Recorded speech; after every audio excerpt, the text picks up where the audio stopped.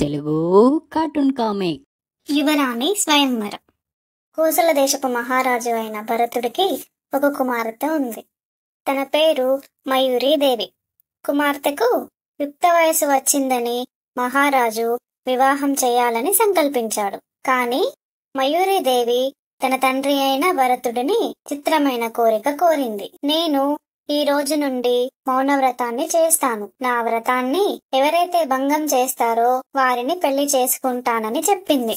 వెంటనే మహారాజు స్వయంవరం ప్రకటిస్తాడు. ఇరుగు పొరుగు రాజ్యాలకు సందేశాన్ని పంపిస్తాడు. మరుసటి రోజు చాలా మంది యువరాజులు స్వయంవరానికి వస్తారు. వారిలో ఎందరో అందగాళ్ళు, వీరులు, శూరులు ఉన్నారు.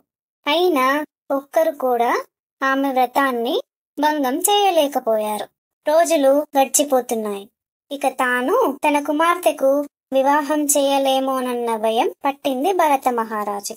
ఒకరోజు సభా మండపానికి ఒక యువకుడు వచ్చాడు. అతడి ముఖం తేజోమయంగా ఉన్నా అతని వస్త్రాలు మాత్రం బీదవాడని తెలుపుతున్నాయి. అతడు మహారాజు దగ్గరకు వచ్చి నమస్కరించి, మహారాజా, యువరాణి గారు కొంతకాలం కిందట నన్ను వివాహం చేసుకున్నారు. కాని నేను నిరుపేదను కావడంతో ఆ విషయం మీకు చెప్పలేక ఇలా మౌనవ్రతం అంటూ కాలం గడుపుతున్నారు అని చెప్తాడు. వెంటనే మయూరీదేవి లేచి, అంతా అబద్ధం, ఇతనెవరో నాకు తెలియదు అంటూ గట్టిగా అరిచింది. అప్పుడు ఆ యువకుడు చిరునవ్వుతో, అవును, నేనెవరో మీకు తెలియదు.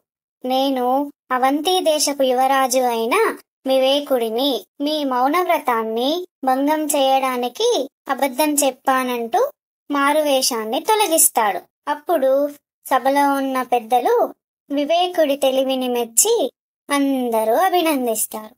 వెంటనే అదే సభలో రాజకుమారి మయూరీదేవికి అవంతి దేశ యువరాజు వివేకుడినిచ్చి వివాహం చేస్తాడు భరత మహారాజు.